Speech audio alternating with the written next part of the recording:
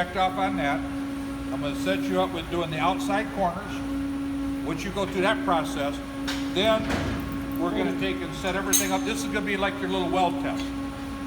To put all your pieces together. We're going to check your fit up. I want you to fit everything together first.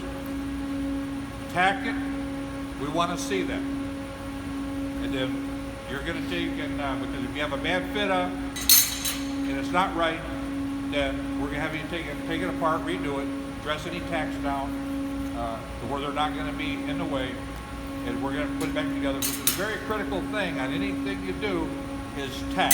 And I think some of us have already sort of seen that already. Because if they didn't have a good solid tack on there, what happens? It peels up from that bottom piece, and then you got a 1/8 gap or so. And if you ever get on a job or a project that is very critical and that happens, it could mean a complete cutout or scrapping the entire part. And that's one thing that you do not want is scrap material on a job. Very costly for the company, but it's more costly for you because what they'll do is they'll come and give you your last paycheck. And none of us want that. So it's very, very important to follow all the directions and make sure that we keep our weld shields clean from any smoke. Oh, you got a non-follower here? I was looking for Mario because I heard somebody threatened to give him his last check. Uh-oh. So, when I heard that, I started Mario. Nah, hey, Mario's all right. I'm just jabbing, man. Hey, we have to have fun and we have to laugh, don't we? Yeah, We got to it's stay gonna be serious fun all as the fuck. time in here. It's not any good. We come here to take and if we can have some fun and some joking. We're gonna take and rib you a little bit, on some of your runs. We won't even tell you if you're. Oh, that's the ugliest thing I ever seen. You might even think that what you think is good. We still might tell you, that don't look too good. What the heck happened? So anyway, but it gives you an opportunity to think a little bit more, and it makes you more cautious, and you'll start thinking more about what you're doing in your welding process. And always make sure that we have a nice, good grounded spot on our weld. Who's using this machine over here? That was me. Did you have it dialed in pretty good? Yeah, pretty well, I thought. I thought some of these machines over here, I heard them humming away really good. They had a nice, good frying sound. How about somebody grabbing me that nozzle gel on the? Yes, I'll show you. Show you what we're See, doing. there's a difference with the Randy's. These are heavier, and those are light.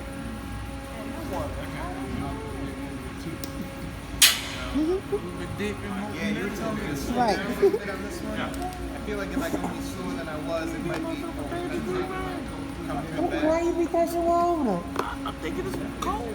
Nigga, you see the Right screen? here, I'm gonna turn my voltage up just a little You can bit. cook some food in that bad boy, okay? A little bit maybe higher on the wire speed, because what happens is on this right here, it's gonna take more metal to take it. Now you have this here T-joint that more metal goes in. And if you remember, when we started running our beads, I told you had to go faster. And then when you got on the lap joints, you started going fast. I tell you, now you have to slow down. The reason why, because you have that void, you have a certain amount of metal you have to put in.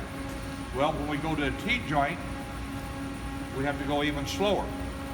This is where we're going to have more of our nozzle, our wire coming out pretty close to a 45. Same, I know some of us are experimenting with drag, some with push, whatever works the best for you. But we are going to take and develop the skill to go both ways. Because when you get on the thinner material, it's really going to take and be difficult. And the next material that we're going to be working on as we go back and forth, I'm going to bring some 1/4-inch material to do some joint designs, a lot of multi-pass T-fillets. But I'm going to bring some 16 gauge in. 16 gauge is probably not even way less than half inch. Mr. Cartwright has a gauge that he has that shows us I like that little dude. the metal things.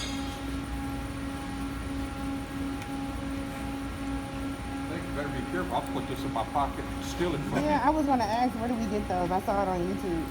Well, you did? Mm-hmm. Well, you can take it or different places.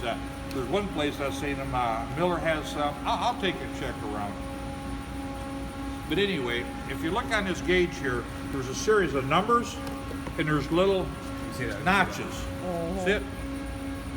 I bet it fit that 1/8 right Okay, so what we can do is we'll take our 1/8 material, and we'll find our 1/8 gauge here.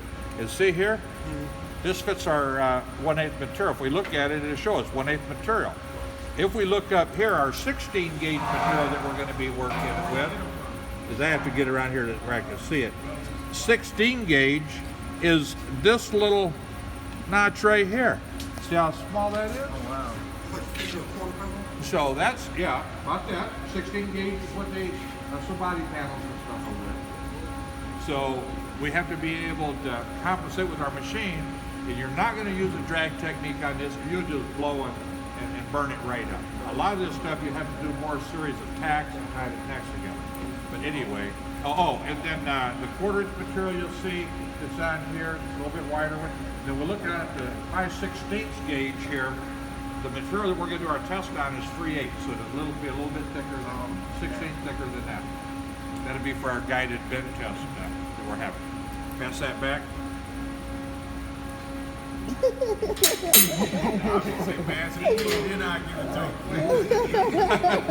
But anyway, like I said, we always want to make sure that our metal is clean. We have get some rags in here we can take and wipe it down with.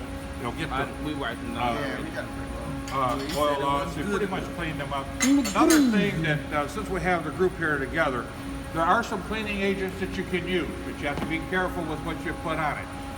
Acetone. Acetone is a familiar product that people take and they use to take and clean up the residue and the oily surfaces off their metal. How many of us in here has used brake cleaner before to clean parts? Okay, so what's that? That takes the oil off. You know what else it does? It takes the oil off. You know what else it does? If you weld on it, it'll kill you. The vapors content off of that brake cleaner, not unless you get, now they say they have some non-chlorinated brake cleaner. But I will not use anything like that. If I do not, anything that's in an aerosol can, if it's not designed for your welding application, whether it's cleaning or anti-spatter spray, if it's not designed for welding, do not use it because it can become fatal. Did you use wax and grease removal? What's that? Did you use wax and grease removal?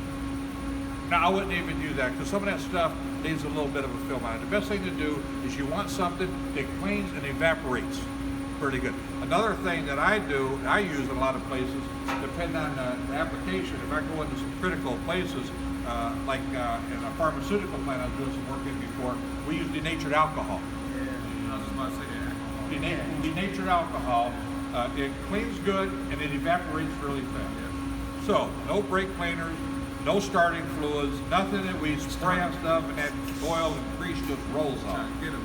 Because what happens is that stuff, it doesn't evaporate, it gets into some pockets and pores, and when you heat the piece up and it turns into that vapor, if you're in a confined area or don't have good ventilation, and you get overcome with that smoke, you're probably looking at night, maybe the next day or something, or maybe within a couple of days, you feel like you're sick and have the flu or something, then all of a sudden you might not wake up again. So be careful.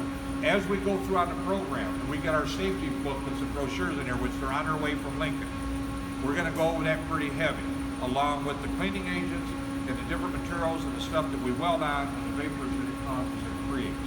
So we want to be safe in the classroom and follow that with you when you go out in the work site. So we're going to have to get through this pretty quick here, just to show everybody what we're going to take and be working on for our next assignment. The students that are ready for this, I'll work with them to get them moving forward. I think a few of you might still need to just fine-tune your your lap joints.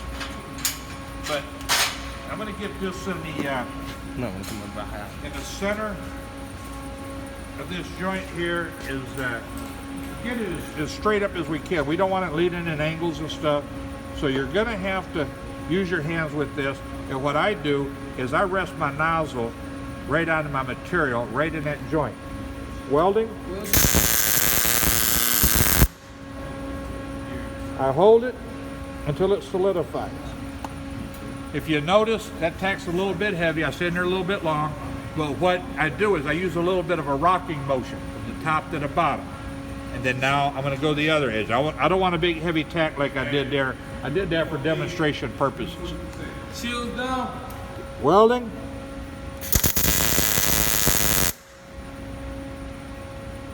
Okay. Did you hear that popping? And then that nice buzz? Okay. What we can do is we can take and continue putting some of these together. I'm not going to take and do that right now, but I'll show you how we can continue stacking these pieces together to add more pieces on. Or we could take put another one together here. We can use this to hold up to put on this piece here. But just for demonstration purposes, and you can see the penetration on the back side. These tacks on here are a little bit heavy. They're a little bit heavy on there, but I stayed in there to where you can hear and see the tack on. I'd rather have a little bit heavier tack instead of it breaking apart on you when you start welding. And what I'm going to do is I'm going to go to the opposite side, because if I started welding on this side, it's going to take it peeled over. So, clip our wire back.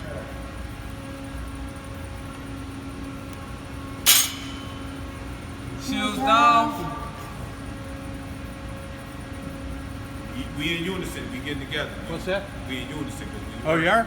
Yeah. Jeez, I wasn't even ready to start pull the trigger yet. I was just going to get comfortable. You didn't even give me a chance to show you the positioning or angle. I'm not going to flash you. So what you want to do is you want to take and position your piece to where now we want to be in there at about a 45. That way we're taking in our 5 or 10 degree direction of travel. We want to be in there at about a 45 degree angle, split that joint. And we might have to take a sort of walk that wire up to that top and bottom a little bit to get it to flow in there. So what I do is I didn't say shield down yet. Okay, not yet. What I'm going to do is I'm going to get everything positioned good. I'm going to get comfortable, and I want to do a dry run and make sure that any positioning with my chair, my body, my plate, that I can come in there and make that full weld without rolling my wrist, because what happens if I roll my wrist, my wire gets out too long and I lose control of the weld. Pull the triggers. Okay, here we go. Shields down. We ready?